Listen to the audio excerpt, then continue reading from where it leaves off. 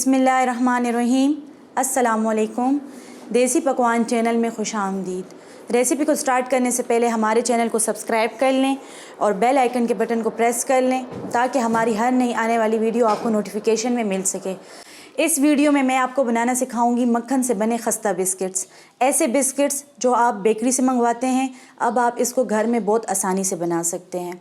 इसके लिए आपको ओवन की ज़रूरत भी नहीं है, आप इसको चूल्हे पे आराम से बना सकते हैं और इसमें जो इंग्रेडिएंट्स मैं यूज़ करूँगी वो आपके पास इजीली घर में अवेलेबल होंगे। तो चलिए बनाना स्टार्ट करते हैं।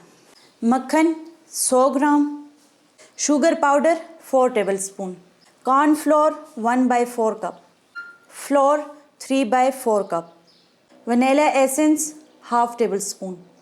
बटर कुकीज़ बनाने के लिए सबसे पहले हम मक्खन लेंगे। 100 ग्राम मक्खन लिया है हमने। अब हम इसको बीट कर लेंगे। इसको हमने इतना बीट करना है कि ये फ्लफ़ी हो जाए।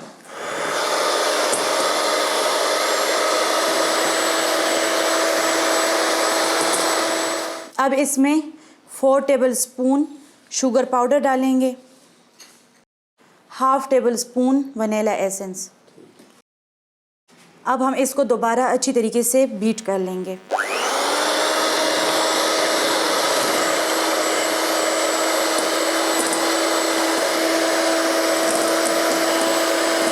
अब मैं इसमें डालूंगी फ्लोर 3/4 कप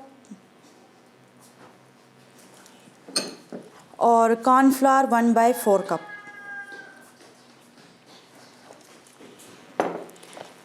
और इसको एक बार फिर अच्छी तरीके से बीट कर लेंगे।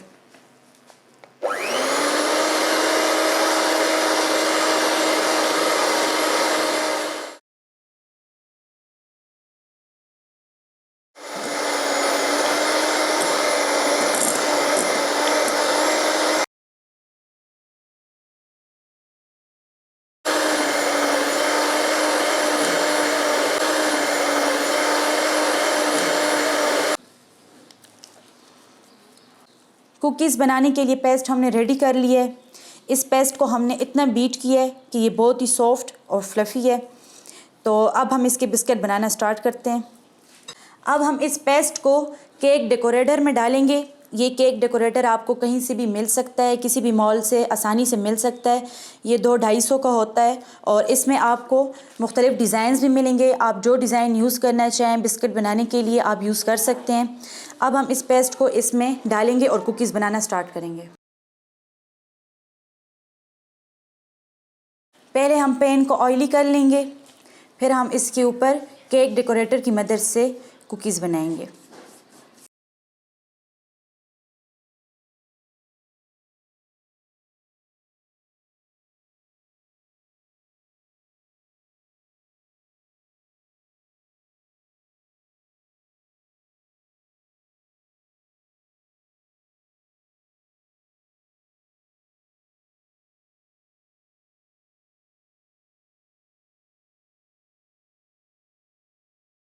हमारे बिस्किट्स पकने के लिए तैयार हैं। सबसे पहले आप एक पैन रख लें और इसको आप 5 से 6 मिनट तक प्री हीट कर लें और इसमें एक कोई भी स्टैंड जो आपके पास अवेलेबल हो वो रख लें और 5 मिनट तक इसको प्री हीट होने दें। 5 मिनट हो गए। अब हम इसमें पैन को रख देंगे। इसको हम तकरीबन 20 से 30 मिनट के लिए छोड़ देंगे।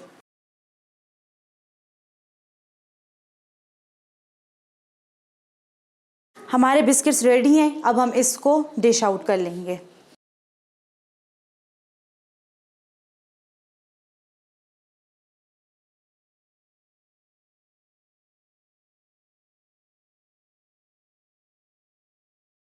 कुकीज़ हमारे रेडी हैं। हमने इसको एक प्लेट में निकाल लिया है। अब हम इसको जैम के साथ डेकोरेट कर लेंगे। जैम का मैंने फ्लेवर लिया है मिक्स फ्लेवर। आप कोई भी फ्लेवर यूज़ कर सकते हैं जो आपका फेवरेट हो। मैंने केक डेकोरेटर में जैम डाल लिया है और अब इसको मैं जैम के साथ डेकोरेट करूँगी।